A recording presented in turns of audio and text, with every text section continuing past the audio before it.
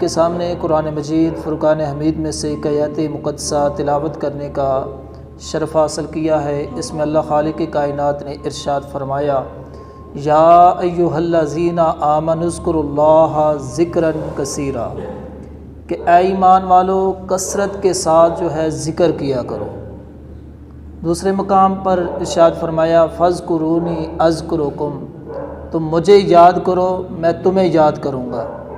تو حضرات محترم، ذکر ایسی چیز ہے، نماز میں شک ہو سکتا ہے، روزے میں شک ہو سکتا ہے، حج میں شک ہو سکتا ہے، صدقہ خیرات میں شک ہو سکتا ہے، لیکن ذکر ایسی چیز ہے جو بھی بندہ ذکر کرتا ہے رب کائنات جو ہے اس کو قبول فرما لیتا ہے، اس کو قبول فرما لیتا ہے۔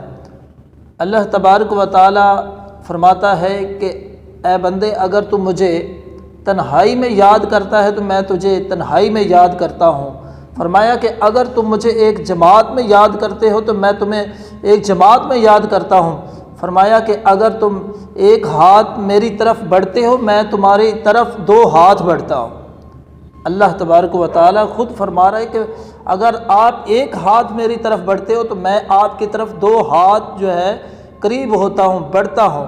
تو پتہ چلا کہ جہاں بھی ہم اللہ کو یاد کریں تو اللہ بھی ہمیں یاد کرتا ہے، اللہ بھی ہمیں یاد کرتا ہے۔ تو حضرات محترم، میرے آقا کریم علیہ الصلوۃ والسلام نے ارشاد فرمایا کہ میرے صحابہ جنت کی پھلواریوں سے خوب جو ہے سیر ہویا کرو، چریا کرو۔ صحابہ کرام رضوان اللہ تعالی علیہم اجمعین نے فرمایا، یا رسول اللہ صلی اللہ علیہ وآلہ وسلم، اتو کی مراد؟ فرمایا کہ ذکر کثرت دے نال کریا کرو، ذکر کثرت دے نال کریا کرو۔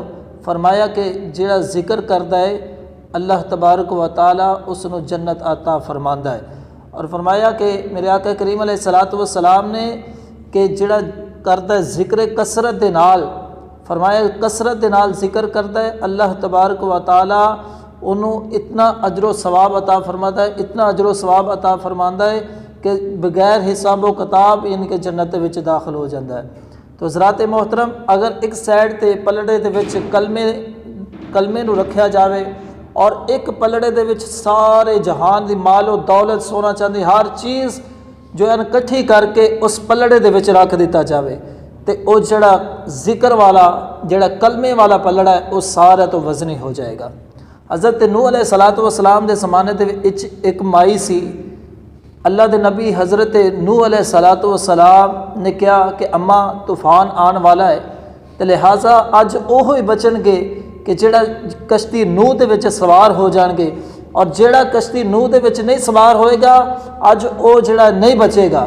اللہ دے نبی حضرت نوح علیہ الصلوۃ والسلام نو اماں آکھدی ہے کہ اے اللہ دے نبی ذرا مینوں وقت دے نال ہی بلا لینا، کیونکہ میں وڈیری ہاں، ظاہر ہے بیڑے دے وچ بہن لگیا کوئی وقت لگنا ہے، ٹائم لگنا ہے، تو لہٰذا وقت دے نال ہی مینوں بلا لینا۔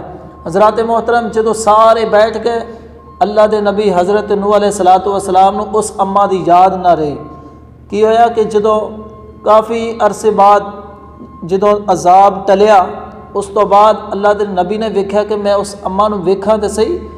اللہ دے نبی حضرت نوح علیہ الصلوۃ والسلام نے ویکھیا کہ جھونپڑی دے وچ اوہ مائی جڑی چرخا کتدی پئی، چرخا کتدی پئی، تے اللہ دے نبی نے جدوں ویکھیا نا اس اماں نے فرمایا کہ اللہ دے نبی کیا طوفان آنے والا ہے؟ فرمایا اماں طوفان آ کے تے ٹل بھی گیا ہے۔ فرمایا کہ اللہ دے نبی حضرت نوح علیہ الصلوۃ والسلام نو کہ سونیا میں چرخا کتری رہی ہیں تے اللہ دا ذکر کر دی رہی ہے۔